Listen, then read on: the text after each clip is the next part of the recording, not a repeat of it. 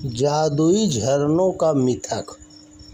सदियों से लोगों के अंदर चिर युवा बने रहने का चाहत रही है और इसके लिए कई प्रयास भी किए जाते रहे हैं।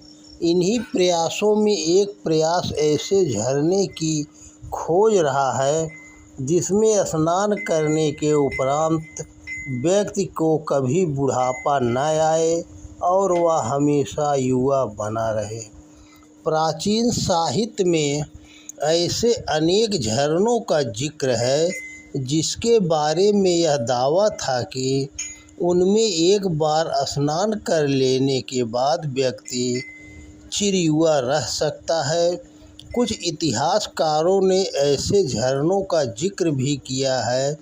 इन झरनों को स्प्रिंग ऑफ यूथ यानी युवावस्था का झरना कहा गया है। उदाहरण के लिए इतिहासकार हेरोडोटस से लेकर सिकंदर महान तक के अनेक किस्सों में इन झरनों का जिक्र आया है। कैरेबियन द्वीप समूह के लोगों का आज भी यही मानना है कि विमिनी द्वीप में ऐसा ही एक झरना है। इस जगह पर धन और हर प्रकार की संपदा भरी है। इस जनश्रुति के आधार पर अनेक फंतासी उपन्यास एवं हॉलीवुड की अनेक फिल्मों का निर्माण भी हुआ है। पोंस डी लियोन के समय में माना जाता था कि इसकी भूमि उत्तर पश्चिम की ओर है और इसका नाम वाइजा है। एक अन्य व्यक्ति जुआन डी सोलिस ने इसे नाम दिया बोइनका। 16वीं शताब्दी में इस मिथक ने फिर जोर पकड़ा।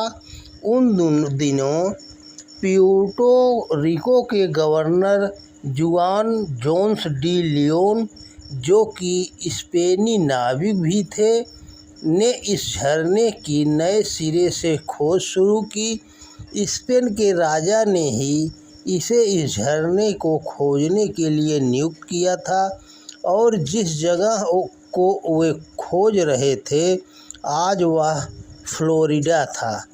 हालांकि जुआन ने अपने लेखों में ऐसे किसी भी झरने का उल्लेख नहीं किया है, लेकिन सन 1535 में गोंजालो फर्नांडेज ने लिखा कि जुआन ने विमिनी में एक झरने को फाउंटेन ऑफ यूथ कहा था।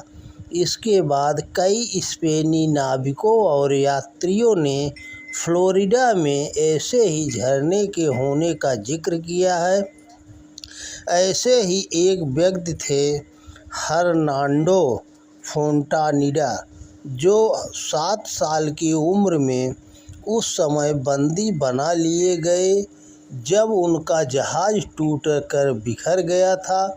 उन्होंने अपने संस्मरण में लिखा है कि जार्डिन नाम का एक ऐसा ही एक झरना है और इसकी खोज जुआन ने की थी।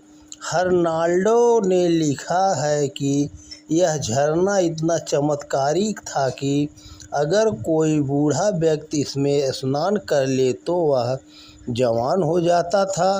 उन्होंने यहाँ तक इसके बारे में लिखा है कि स्पेनी हर ताल और झरने को ढूंढा करते ताकि कहीं तो ऐसा झरना मिल सके। फ्लोरिडा में आज भी वह स्थान है जहाँ पर पोंस डी लियोन पहली बार आए थे। इस जगह को लुइला डे मैकानेल ने खरीदकर एक पार्क के रूप में विकसित किया, जो आज भी पर्यटकों को आकर्षित करता है।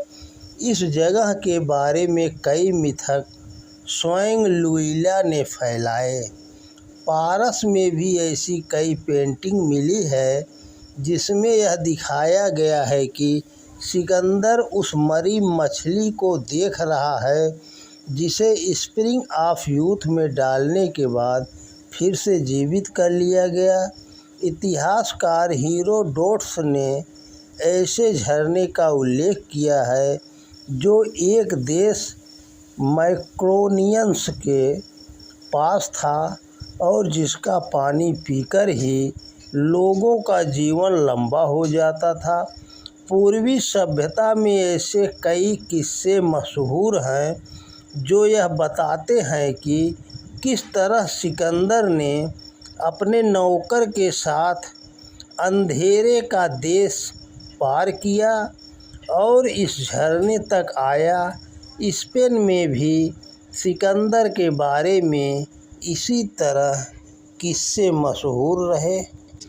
सर जॉन मैंडविल ने अपनी यात्रा वृत्तांत में यह लिखा है कि कोलंब, भारत में आज का कोल्लम में ऐसा ही एक झरना है।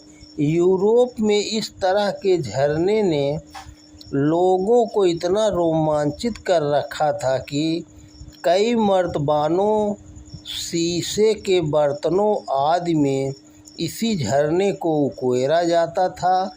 यूरोप में कई ऐसे बर्तमान आदि मिले हैं जिसमें लोगों को एक ताल में उतरते, नहाते और फिर खुले स्थान में आराम करते दिखाया गया है। ईसाई धर्म से जुड़े गॉस्पेल ऑफ जॉन में भी ऐसा जिक्र है कि ईसा मसीह ने यरूशलेम में बने एक ताल में जब एक बीमार को नहलाया तो वह भला चंगा हो